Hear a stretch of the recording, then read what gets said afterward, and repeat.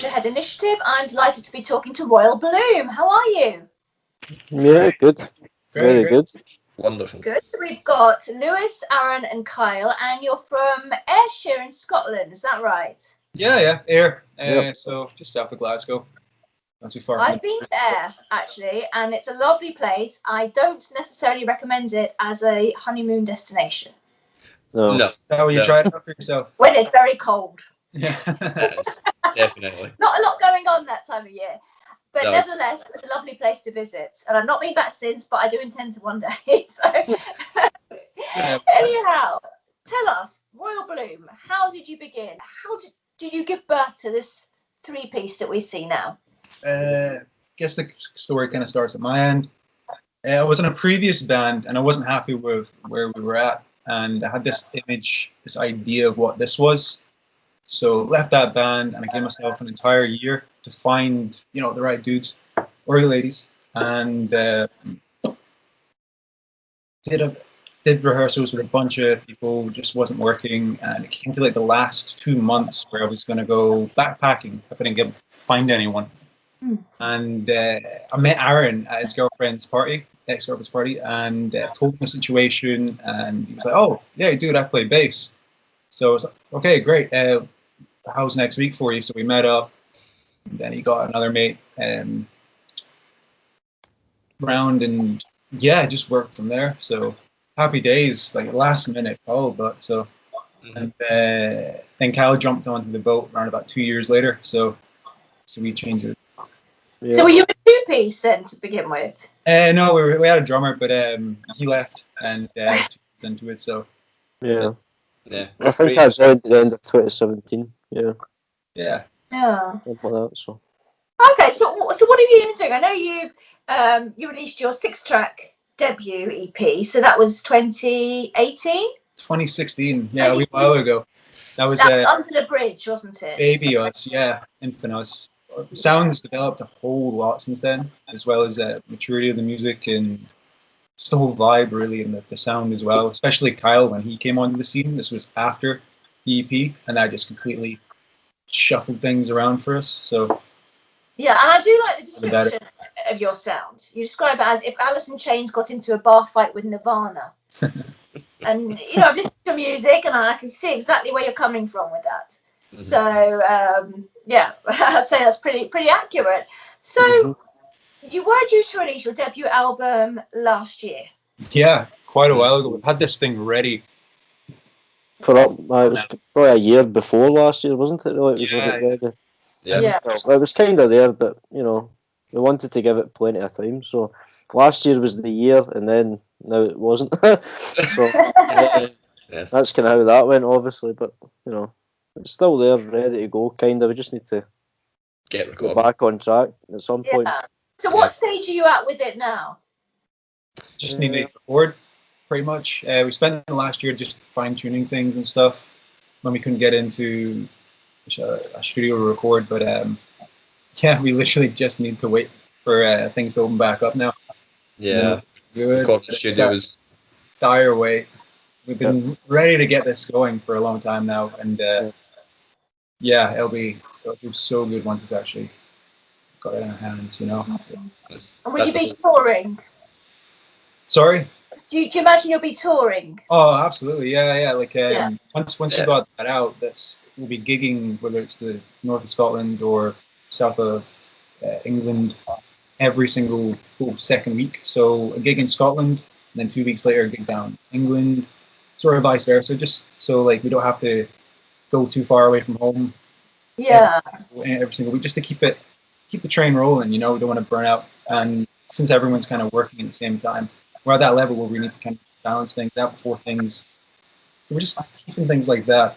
But I was going to say that touring like that must really be very difficult to balance with your home life and working patterns. So how do you sort of organise all that if you're touring every second week? How do you sort of manage to work around it? I just know the times everyone kind of really works, and if we organise in advance long enough, maybe like a month or that, we can, if it's worth the gig or worth the travel or that, we know it's going to be a good show. We'll just all put on a holiday and go for it. Yeah, but Kind of. Yeah. sorry, Cal. I was just going to say it's kind of weird to explain because we've not actually done that specific plan yet.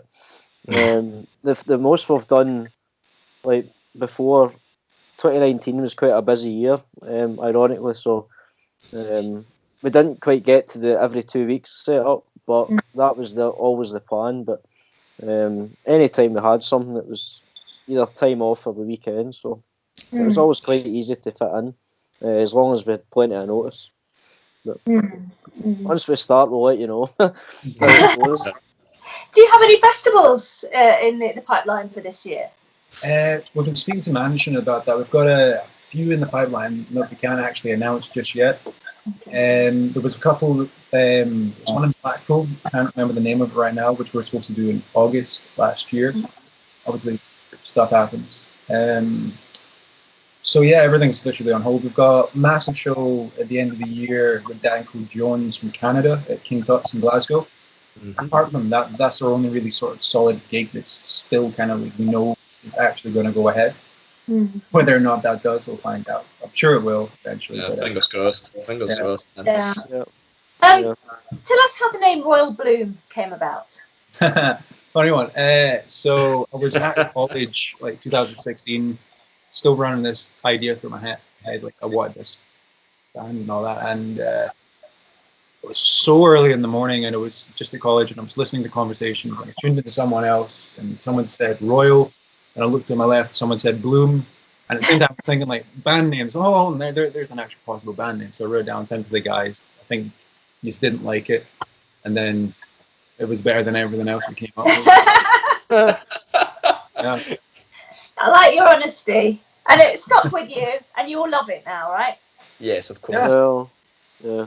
So the best joke about it in my workplace is it sounds like a Chinese takeaway sometimes. Yeah. So I always get like jokes, like Facebook comments of, how's the Chinese takeaway doing this? Yeah, it's good. We've got some hats. So it's kind of one of them. But yeah, it's definitely original. So we quite like it. That's it. Yeah, it's original. Tell us how you got involved with the Forge Ahead initiative. That's a funny one. How did we get involved with that? Do any of you guys know the story? I think it was my dad. My dad put us in touch with John. Or John and my dad go back a long time. They used to. Yes, John is from Ayr, isn't he? Yes, he is. Yes. Right. Yes. Put two and two together now. Connection there. Yep.